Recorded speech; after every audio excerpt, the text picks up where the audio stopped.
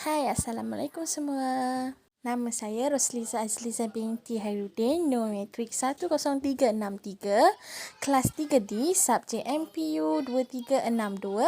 Nama pensyarah Encik Najwat bin Nazri. Hari ini saya ingin menceritakan tentang sebuah permainan tradisional iaitu Batu Seremban.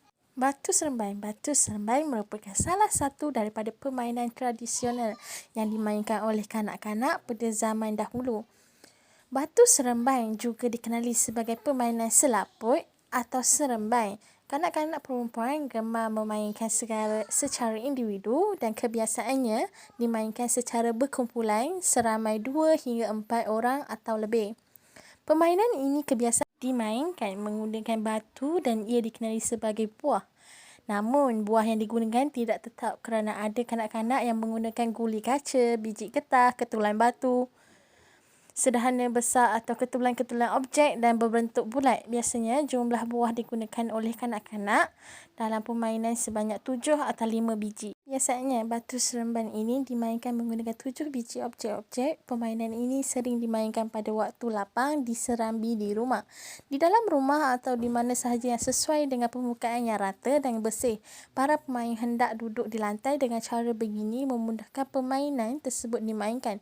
Permainan batu seremban yang sering dimainkan oleh kanak-kanak perempuan dan ada kanak-kanak lelaki juga tidak ketinggalan permainan ini.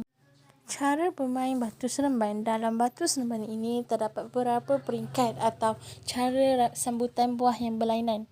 Bermula dengan peringkat pertama yang masih dengan menggunakan sebiji buah yang dinamakan sebagai buah 1 hinggalah kepada peringkat lebih tinggi atau peringkat yang teratas dinamakan buah 7.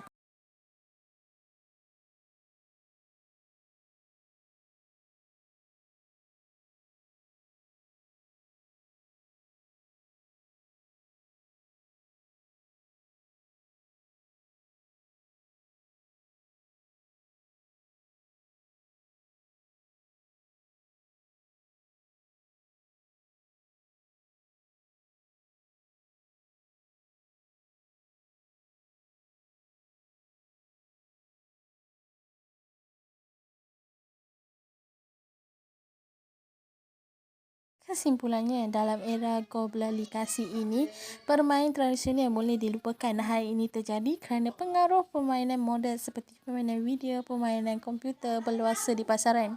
Oleh itu, usaha-usaha tertentu perlu diambil untuk mempopularkan permainan ini, terutama kepada generasi muda. Sebagai contoh, sekolah-sekolah kebangsaan patut mengadakan kegiatan kurikulum yang berkaitan permainan tradisional supaya generasi muda dapat mengetahui informasi dan mendapat pengalaman tentang permainan tradisional tersebut.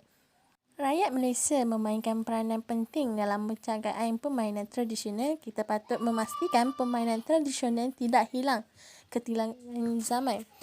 Sesat dahulu pendapatan, sesat kemudian tidak berguna. Janganlah kita merindui permainan tradisional ini selepas permainan ini pupus di telan zaman. Jadi, kempen-kempen dan langkah-langkah untuk mempopularkan dan mempertahankan permainan tradisional dijalankan. Selain daripada ini, permainan tradisional memainkan peranan penting sebagai lambang keanggunan bangsa dan negara tercinta. Haruslah mengambil langkah yang sesuai untuk mengembangkan dan tanpa melihat warna kulit maupun agama, permainan tradisional, permainan sebagai permainan rakyat yang dapat menghidupkan bertolak ansur dan kehidupan murni. Kesimpulannya, dalam usaha untuk mengekalkan permainan tradisional, pihak yang berkenaan memajukannya dalam bidang pelancongan. Permainan tradisional dapat dijadikan daya tarikan pelancong. Khazanah permainan tradisional sekiranya tidak dikekalkan akan melenyapkan identiti bangsa. Sekian, terima kasih.